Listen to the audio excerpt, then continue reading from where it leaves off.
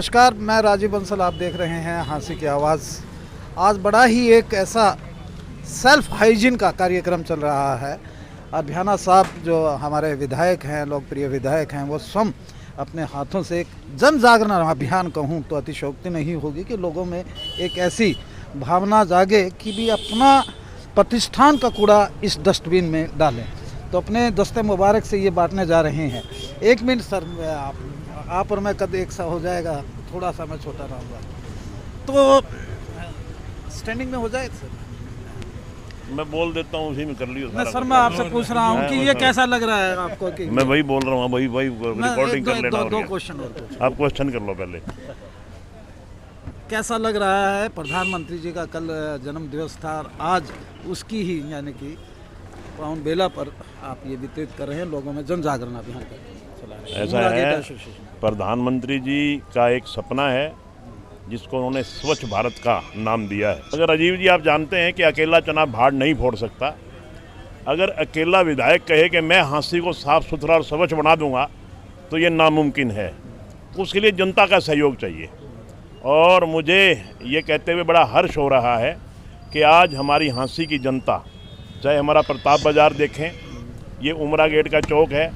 प्रताप बाज़ार में पीछे हमारे वो ये रिंकू भाटिया जी हैं, अध्यक्ष हैं, ये अपने कृष्ण इलाहाबादी, इन सब ने मिलके एक जागरण स्वच्छता का अभियान चलाया और हर दुकान पे डस्टबिन रखने का काम किया।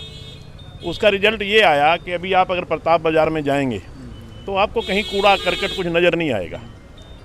इन्होंने डस्टबिन अपने पैसे से, मैं ये कहूँ कि इसमें सरकार का कुछ लगा है, ये इनका अपना पैसा है, अपने पैसे इकट्ठे करके सेल्फ मोटिवेशन है। और इनके अंदर एक भावना जागी है कि हमारा शहर, जो प्रधानमंत्री नरेंद्र मोदी जी ने स्वच्छ भारत का एक नारा दिया था, जिसको हमने आगे चलाने का एक ख्वाब देखा था, आज हमारे हाँसी के लोग भी उसमें पूरी तरह से जागरूक हैं और जिसका उदाहरण आपके सामने है, प्रत्यक्ष को प्रमाण के। मैं आपसे एक प्रश्न पूछ रहा हूँ। आप विधायक हैं और सारा शहर आपके दायित्व आपके ऊपर है शहर का। नगर परिषद में जब भी सफाई कर्मियों की तनख्वाह की बात आती है तो उन्हें प्रदर्शन करना पड़ता है और प्रोविज़न तो हो जाते हैं, लेकिन उनकी तनख्वाह का प्रोविज़न कैसे निकालेंगे? ऐसा है, अभी भी वो 6 दिन स्ट्राइक पे रहे। वो एक सफाई का ही एक रूटीन का काम है। सफाई बहुत ज़रूरी है, सफाई के लिए सरकार पैसा भी बहुत देती है, मगर हमें अपना जो सोर्स ऑफ इनकम है नगर परिषद का, वो भी अर्जित करना चाहिए। हमें नगर परिषद में काफ़ी हमारे पास ऐसे साधन हैं जिससे हम नगर परिषद की आमदनी बढ़ा सकते हैं। जैसे हमारे नगर परिषद के कर्मचारी, पिछले दिनों भी मैंने उनसे मीटिंग ली थी, हाउस टैक्स के बारे में बिल्कुल लापरवाह हैं। हमारे लोग मकान का नक्शा पास करवाते हुए बड़ा वो करते हैं, सोचते हैं कि ये भी बच जाए।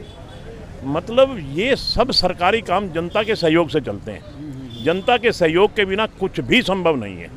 हम केवल और केवल सेल्फ रेवेन्यू उनको क्रिएट करना ही चाहिए। हम केवल और केवल सरकार के भरोसे बैठे रहे हैं। सरकार क्या है? सरकार भी जनता द्वारा चुनी गई है और जनता द्वारा दिए गए टैक्स के पैसे से ही सरकार चलती है।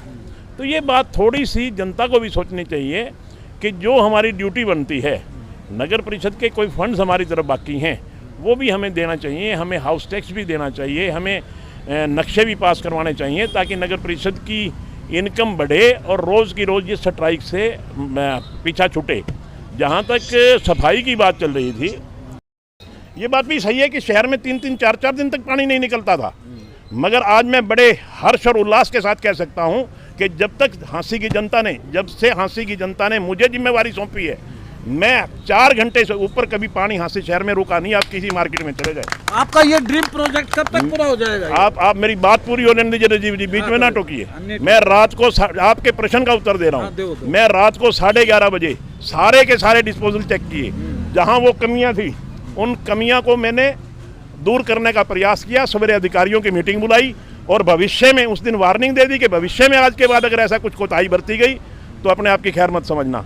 तो मैं इस बात से बड़ा मुझे हर्ष भी है कि हम जिस तरफ भी कदम बढ़ा रहे हैं हमें कामयाबी मिल रही है।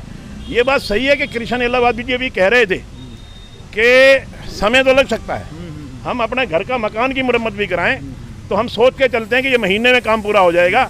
ये जितनी जनता यहाँ खड़ी है ये अपने दिल पे हाथ रख के कह दे कि जिस काम को हम 1 महीने में सोच के चलते हैं उसमें 3 महीने लग जाते हैं। और ये तो बड़े प्रोजेक्ट हैं, हम भी सोच के चलते हैं कि 2 महीने में पूरा हो जाएगा, मगर 2 महीने के 4 महीने भी लग सकते हैं। हमें ये भी पता है कि जनता को बड़ी दिक्कत होती है और गाए बगाए लोग हमें भला बुरा भी कहते हैं, मगर हम ये समझते हैं कि ये उनका अधिकार है, क्योंकि उन्होंने हमें चुन रखा है सेवा के लिए। वो समय पे सेवा मांगते हैं। हमारी कहीं ना कहीं मजबूरी हो सकती है कि वो सेवा में हमारी देरी हो सकती है, मगर मेरा हांसी की जनता से वायदा है कि जो वायदा करके मैं चुनाव जीता था उस वायदे को आज भी मेरे दिमाग में है, मेरे जहन में है, और इन 5 सालों में हांसी को साफ सुथरा और सुंदर शहर बनाने का प्रयास कर रहा हूं और 100% साफ सुथरा सुंदर कैटल से मुक्ति तक दिला दीजिए। सटेक कैटल की मुक्ति आप राजीव जी अच्छी तरह से जानते हैं कि इसका टेंडर हो गया क्या? हाँ, टेंडर हो गया और पकड़ने भी शुरू कर दिए। मैंने आज सुबह रिपोर्ट ली है, करीब 100 के करीब पशु उन्होंने पकड़ लिए। वो सिर्फ मेरी इंतजार में थे कि जी आपके हाथों से मुहूर्त करवाना है। मैंने कहा इसमें मुहूर्त की कोई जरूरत नहीं है, आप इनको पकड़ो।